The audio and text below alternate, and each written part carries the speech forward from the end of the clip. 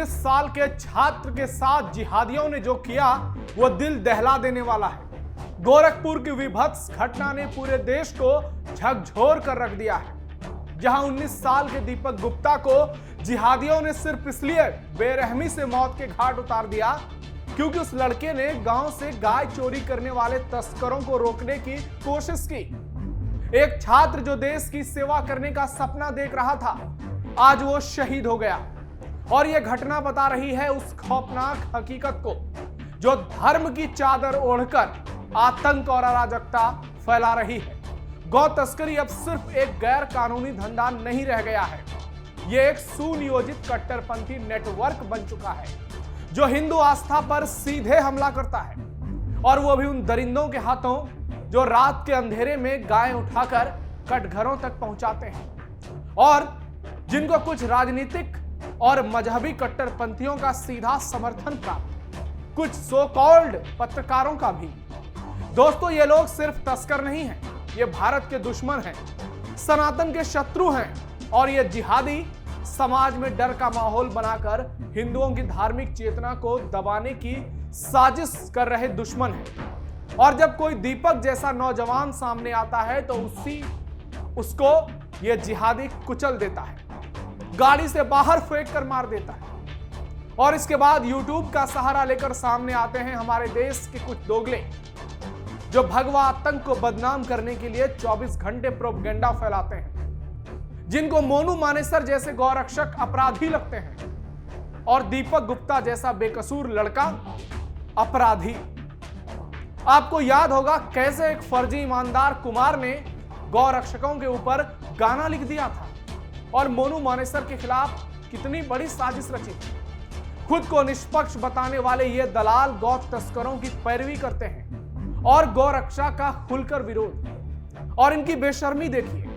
इसके बाद ये लोग धर्मनिरपेक्षता और सहिष्णुता का फर्जी ज्ञान अपने 2 टके के यूट्यूब चैनल पर देते हैं। दोस्तों, गौ तस्करों के पीछे खड़े ये चेहरे जो इन्हें संरक्षण देते हैं, इनका केस रफा दफा कराते हैं और इनकी खुलेआम पैरवी करते हैं। अब वक्त आ गया है कि इस पूरे नेटवर्क को एक्सपोज किया जाए, क्योंकि ये तस्कर और इनके यूट्यूबर, इनके समर्थक भारत के लिए अंदरूनी आतंक बन गए। नमस्कार, कैपिटल टीवी उत्तर प्रदेश के स्पेशल शो थर्ड आई में आपका स्वागत है। मैं हूं आपके साथ नवेंदु शेखर झा।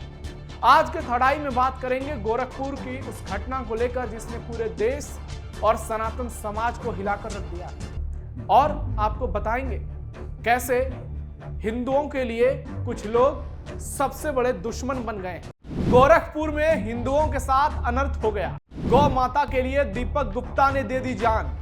जिहादियों का सनातन पर सबसे बड़ा हमला। जनपद में हाई अलर्ट, योगी मॉडल से होगा एक्शन। गोरखपुर जिले के पिपराइच थाना क्षेत्र के महुआबगी गांव में बीती रात 3 गाड़ियों के काफिलों के साथ कई गौ तस्कर अचानक घुसे।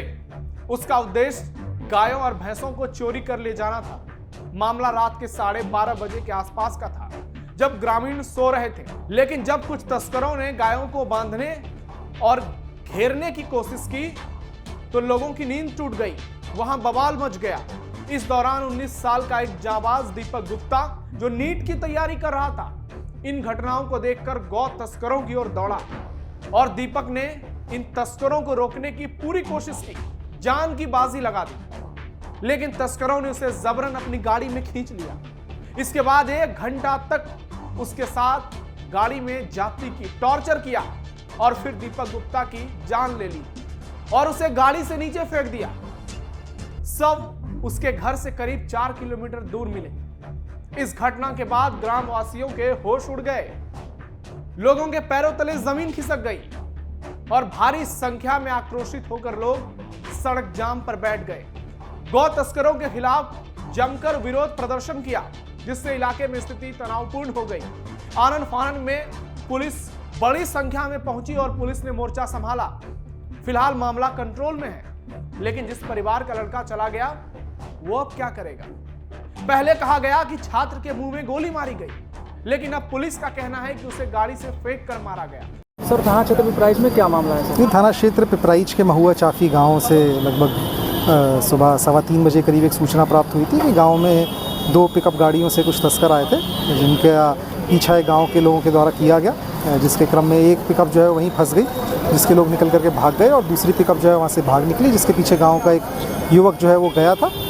इसके क्रम में जो पिकअप वहीं फंस गई थी, उसमें से एक जो व्यक्ति है जिसको गाँव वालों के द्वारा जिसके साथ मार पिटाई की गई है, उसको गाँव वालों के द्वारा इलाज के लिए आगे भेजा गया है। इसके क्रम में जैसी पुलिस को सूचना प्राप्त हुई, पुलिस तुरंत मौके पे पहुंच करके सारी जानकारी की गई। जिस युवक को, इनमें से गांव का जो एक युवक है, उसको पिकअप से धक्का लगने के चलते सर में पीछे चोट आई है, जिसके चलते उसकी दुखद मृत्यु हो गई है। इसके क्रम में परिवार से बात करके तहरीर प्राप्त कर ली गई है, जिसमें सुसंगत धाराओं में अभियोग पंजीकृत कर अग्रिम विधिक कार्रवाई की जा रही है। जो भी अभियुक्त इसमें चिन्हित हुए हैं, उन सभी अभियुक्तों के खिलाफ पुलिस के द्वारा कार्रवाई करने के लिए टीमें बना दी गई हैं। हमारी 5 टीमें इसमें एक्टिव हैं, जो कि आगे निकल करके इसमें काम कर रही है।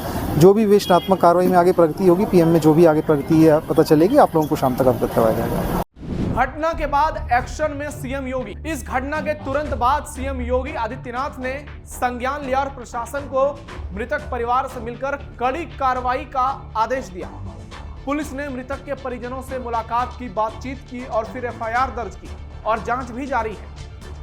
आरोपी तस्करों की पहचान की जा चुकी है और गिरफ्तारी के लिए टीम गठित भी। इसके अलावा इलाके में सुरक्षा भी बढ़ा दी गई है। प्रशासन से ठोस एक्शन की मांग हो रही है, दोषियों को सजा देने की मांग हो रही है। आपको बता दें कि सीएम योगी खुद गोरखपुर से आते हैं। ऐसे में यह मामला कितना गंभीर हो गया है आप समझ सकते हैं, और इसकी गंभीरता भी बढ़ गई है।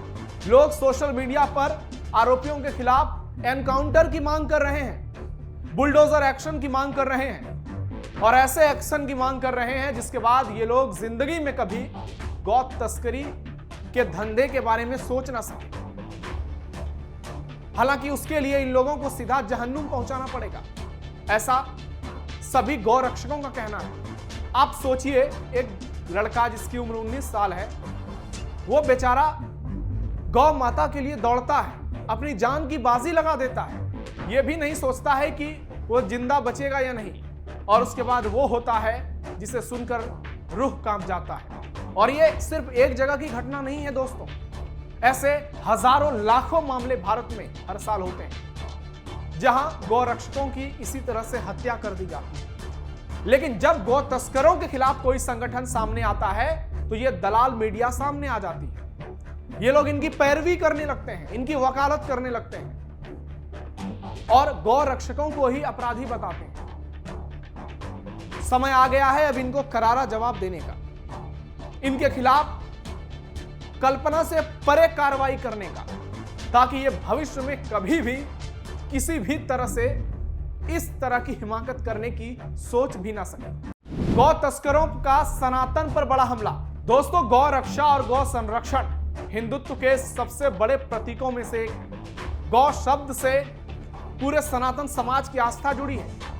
गाय सनातन समाज के लिए माता है, और गोरखपुर की यह घटना सिर्फ एक आपराधिक वारदात नहीं है, यह हिंदुत्व पर सुनियोजित हमला है। और गौ तस्करी अब सिर्फ एक इलीगल वर्क, अवैध धंधा नहीं रह गया, यह कट्टरपंथी नेटवर्क द्वारा संचालित एक संगठित आंतरिक आतंकवाद का रूप ले चुका है। यह तस्कर ना सिर्फ गायों को चुराते हैं, बल्कि जो कोई इन्हें रोकने की कोशिश करता है उसे बेरहमी से कुचल देते हैं, उसकी जान ले लेते हैं, उसके परिवार को बेसहारा कर देते हैं, जैसे दीपक के साथ हुआ। सवाल उठता है, इन्हें कौन इतनी हिम्मत देता है? कौन है जो इन गौ तस्करों को राजनीतिक और मजहबी छत्र छाया देता है? कौन इनकी पैरवी करता है? इसके पीछे मौजूद कट्टरपंथी ताकतें न केवल गायों की चोरी कर रही हैं, बल्कि हिंदू समाज की धार्मिक चेतनाओं को कुचल रही है। यह हमला सीधे उस संस्कृति और श्रद्धा पर हमला है जिसे हम गौ माता के रूप में पूजते हैं। हिंदुत्व की मूल भावना में गौ संरक्षण एक गहरी धार्मिक और सांस्कृतिक जिम्मेदारी है, लेकिन जब तस्कर गायों को चोरी कर बोरोक टोक कटघरों तक पहुंचाते हैं और जब कोई युवक इसे रोकने की कोशिश करता है तो उसकी हत्या कर दी जाती है, तब यह स्पष्ट हो जाता है कि यह केवल तस्करी नहीं बल्कि धार्मिक आतंकवाद है, हिंदुत्व के खिलाफ जहरीली साजिश है।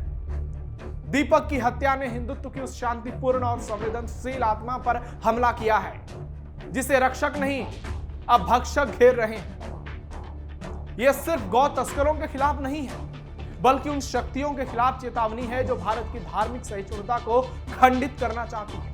अब समय आ गया है कि इस खतरनाक नैरेटिव को एक्सपोज कर दिया जाए, जहां धर्मनिरपेक्षता की आड़ में तस्करों का बचाव होता है और हिंदू चेतना को कुचलने का षड्यंत्र रचा जाता है। हिंदू समाज को संगठित होकर यह संदेश देना होगा कि गायों की तस्करी और उस पर उठने वाली आवाजों को कल्पना से परे सजा मिलेगी और यह ना स्वीकार होगा, ना किसी कीमत पर बर्दाश्त होगा। यह खतरा सिर्फ एक स्थानीय घटना नहीं है, यह संकेत है। यदि धार्मिक भावनाएं, न्याय, समानता और संवैधानिक अधिकारों की सीमाओं को भूला जाए तो हिंसा कैसे आगे बढ़ाई जा सकती है। तो वो लोकतंत्र और समाज के मूल्यों को खंडित कर देती है। हिंदुत्व के सिद्धांतों में सहिष्णुता, अहिंसा, न्याय और सामाजिक समरसता शामिल है, लेकिन जब गौ तस्करों को खुला संरक्षण मिलता है, उसकी पैरवी की जाती है और उसका साथ दिया जाता है, तब हिंदुत्व खतरे में पड़ता है। समाज को यह महसूस करना होगा कि धर्म और आस्था की रक्षा तभी संभव है जब ऐसे अपराधियों पर ठोस कार्रवाई हो। दीपक की घटना पर बुलडोजर एक्शन और एनकाउंटर की मांग हो रही है अपराधियों के ऊपर, और योगी मॉडल के तहत कार्रवाई की मांग हो रही है।